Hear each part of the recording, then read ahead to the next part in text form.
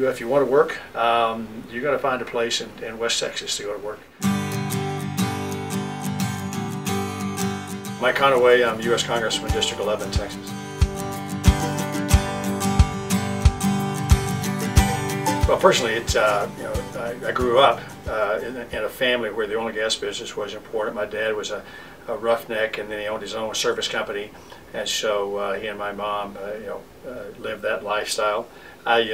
I roughnecked as well, and then as a professional CPA, most of my clients were oil and gas clients.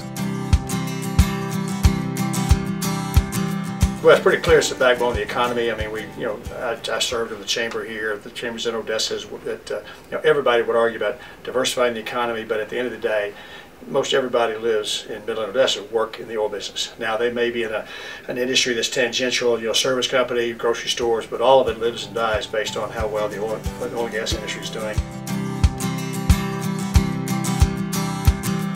Both the public education as well as higher ed are sustained mightily by the lands on which university lands are operated, and the resources associated with those lands are exploited on behalf of school children across the state.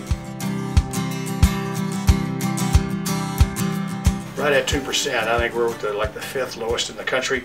The one key is when we have booms like these is to begin to count the out-of-state license plates.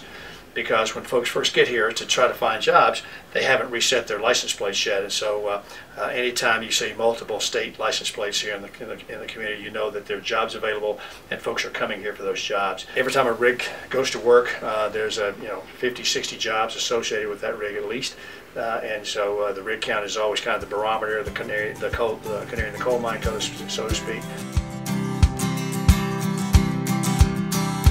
Talk to the local Domino's guy, pizza guy, and if you want to deliver pizza for him, you'll be making over 70 grand a year delivering pizzas. That's the kind of impact that this growing economy has had locally, is that these entry-level jobs, even those, the compensation is higher.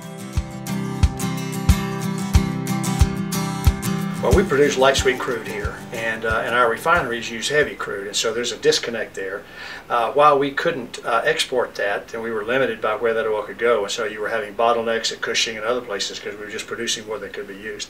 By lifting the ban internationally, the refineries they want that light sweet crude, and so there was an immediate market for that.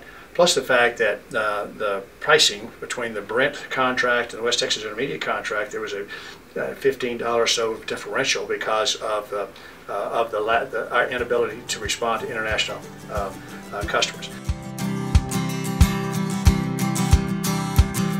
Well, I would argue, what's the alternative? Where's the fix? Where's the cheaper, more responsible, fuel for gasoline, for cars, et cetera, et cetera?